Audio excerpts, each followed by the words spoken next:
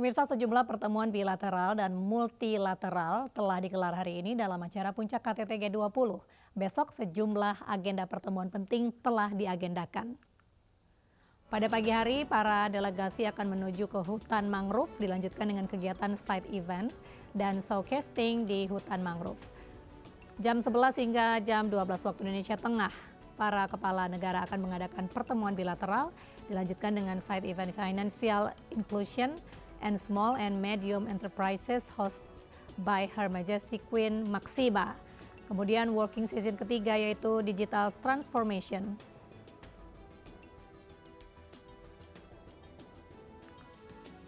Presiden Jokowi juga akan mengadakan pertemuan bilateral dengan Presiden Xi Jinping besok. Kemudian dilanjutkan dengan pertemuan quadrilateral.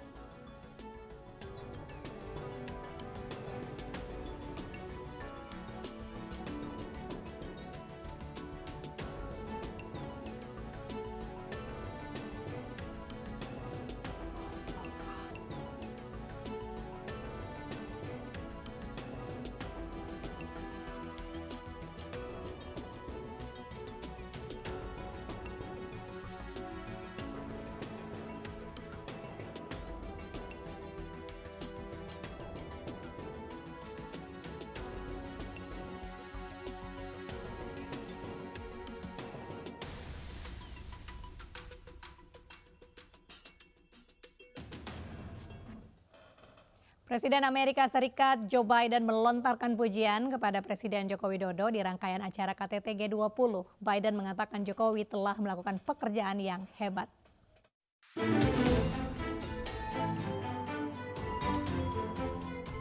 Presiden Amerika Serikat Joe Biden memuji Presiden Joko Widodo saat membuka sesi 3 Partnership for Global Infrastructure and Investment konferensi tingkat tinggi G20 di Bali.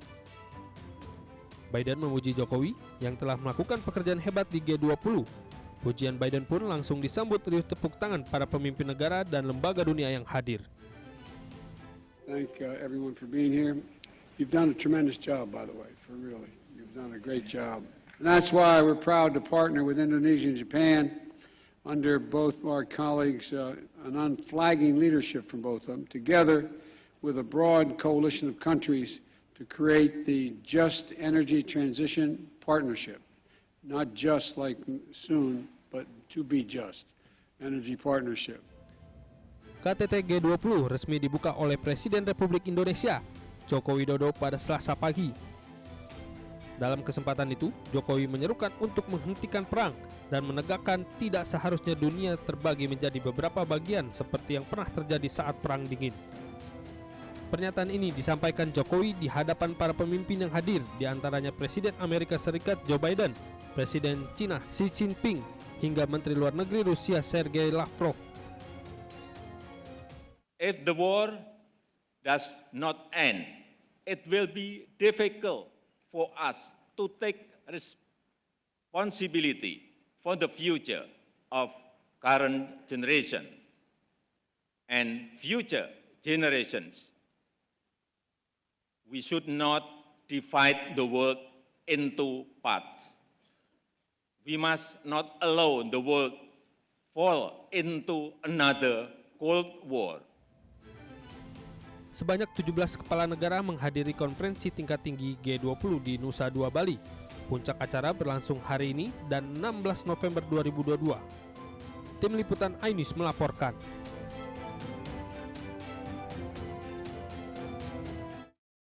Presiden Joko Widodo juga melakukan pertemuan bilateral dengan Presiden Perancis Emmanuel Macron di Sela KTT G20 Bali. Jokowi menyampaikan terima kasih atas kehadiran Macron di Bali. Pertemuan bilateral Jokowi dengan Macron digelar di Apurva Kempinski Nusa Dua, Bali. Menlu Retno Marsudi dan Menhan Prabowo Subianto turut mendampingi. Jokowi sebelumnya sempat berfoto bersama Macron, setelah itu mereka masuk ke ruang pertemuan bilateral. Pejabat dari kedua negara turut mendampingi Jokowi.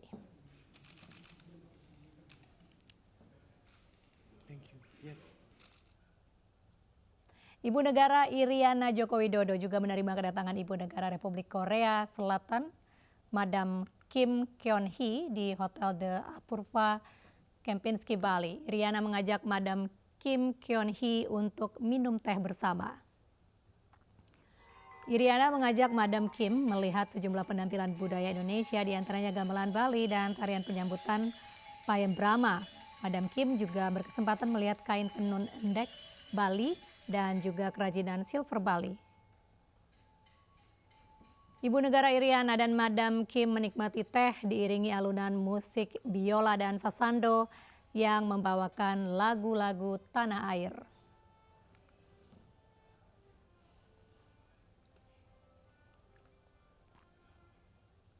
Di tengah pelaksanaan G20, Presiden Ukraina Volodymyr Zelensky memberikan pidato dalam bentuk video. Dalam videonya, Zelensky menyerukan supaya para pemimpin dunia mau membantu menghentikan invasi ke negaranya.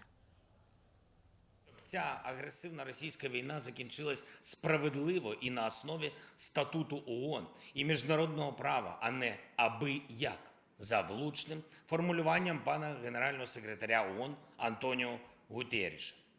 Не варто пропонувати Україні компроміси з совістю, суверенітетом, територією та незалежністю.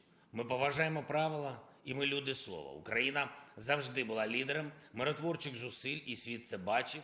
І якщо Росія каже, що нібито хоче закінчити цю війну, хай доведе це діями. Очевидно, що словам Росії довіряти неможливо і не буде ніяких Мінськів-3, які Росія порушить одразу ж. Pemirsa, alih-alih menggunakan mobil listrik, beberapa pemimpin dunia memilih menggunakan mobil kepresidenan sendiri. Di antaranya Presiden Cina Xi Jinping yang menggunakan Hongqi N701, sedangkan Presiden Amerika Serikat Joe Biden menggunakan The Beast selama mengikuti KTT G20 Bali.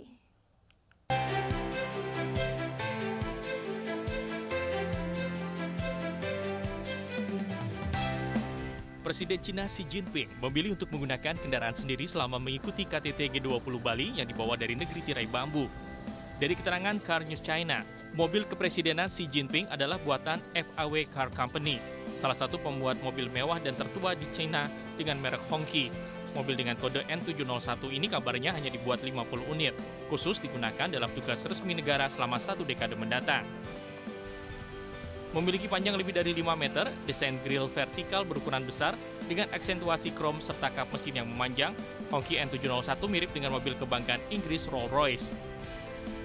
Belum ada informasi resmi terkait spesifikasi mesin mobil kepresidenan Hongqi N701. Namun diperkirakan mobil ini dilengkapi mesin V8 turbocharger atau V12, dua mesin yang sudah diusung Hongqi sebelumnya. Sebagai mobil kepresidenan, Hongqi N701 telah dibekali fitur keamanan diantaranya kaca anti peluru dan bodi lapis baja khas mobil kenegaraan. Begitu juga dengan Presiden Amerika Serikat Joe Biden yang membawa kendaraan sendiri yang bernama The Beast. Seperti namanya, The Beast diklaim menjadi salah satu mobil paling aman sekaligus paling buas di dunia. Kendaraan yang dihargai sekitar 20 miliar rupiah ini dilengkapi dengan tangki bahan bakar berlapis baja yang dibungkus busa tahan api, sistem pencegah kebakaran, pasokan oksigen terpisah, serta senjata ekstra di bagasi. Eksterior The Beast mampu menangkal segala jenis proyektil serangan mulai dari peluru, mortir, bom, hingga meriam. Bodi The Beast adalah hasil ramuan beberapa jenis logam seperti aluminium, titanium, baja ganda, dan keramik. Sedangkan kaca jendela The Beast punya ketebalan 5 hingga 6 inci, sehingga mampu menahan gempuran bom maupun terjangan peluru tajam. Uniknya, The Beast juga dilengkapi lemari penyimpan stok beberapa botol darah milik sang presiden. Dengan berat yang fantastis, tak heran mobil yang juga dijuluki Cadillac One ini rakus bahan bakar.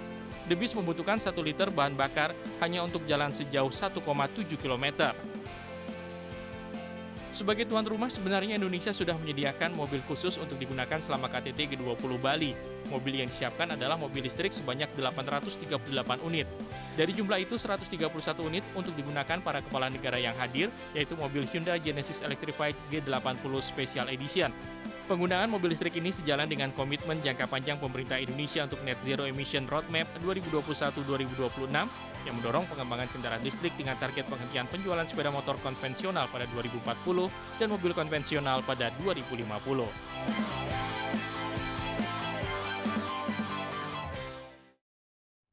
Pemirsa, perhelatan KTT G20 di Bali bukan hanya jadi pertemuan kepala negara. Pertemuan tingkat tinggi itu juga menjadi sarana promosi kemajuan 4 pilar transformasi digital tanah air.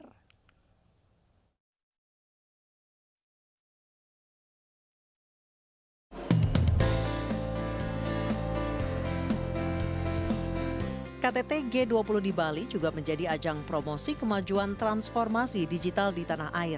Tepatnya dalam Digital Transformation Expo di Pecatu Hall Bali Nusa Dua Convention Center, kawasan ITDC Nusa Dua. Digital Transformation Expo terbagi dalam 6 area atraktif. Memasuki pameran, pengunjung akan disajikan dengan kolaborasi negara-negara G20 dalam mendorong transformasi digital. Kemudian pengunjung akan dibawa menuju Tunnel of Wonders yang menyajikan visual keragaman budaya dan keindahan alam Nusantara.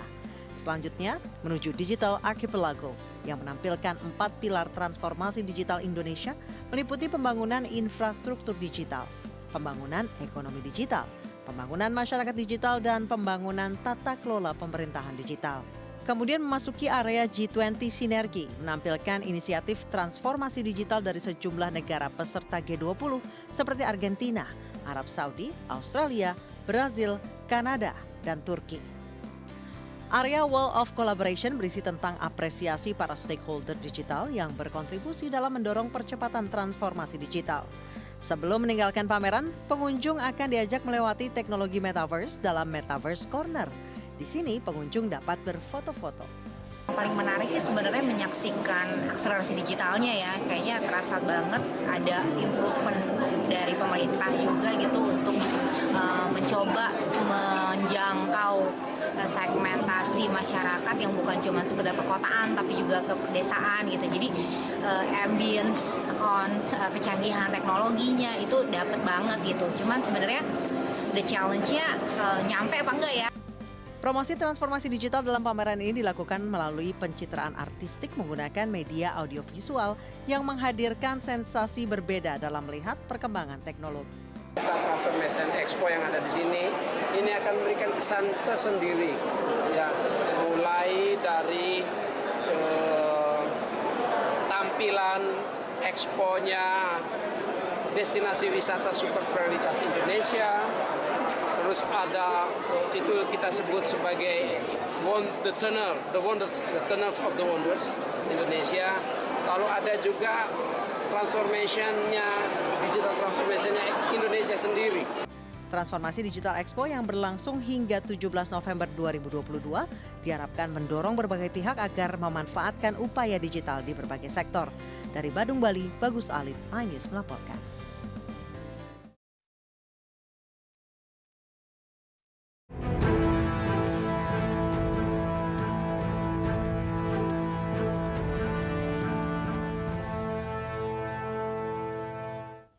Pemirsa, mantan Gubernur DKI Jakarta Anies Baswedan sarapan bersama Wali Kota Solo Gibran Raka Buming Raka. Apa yang dibicarakan, informasi selengkapnya usai jeda.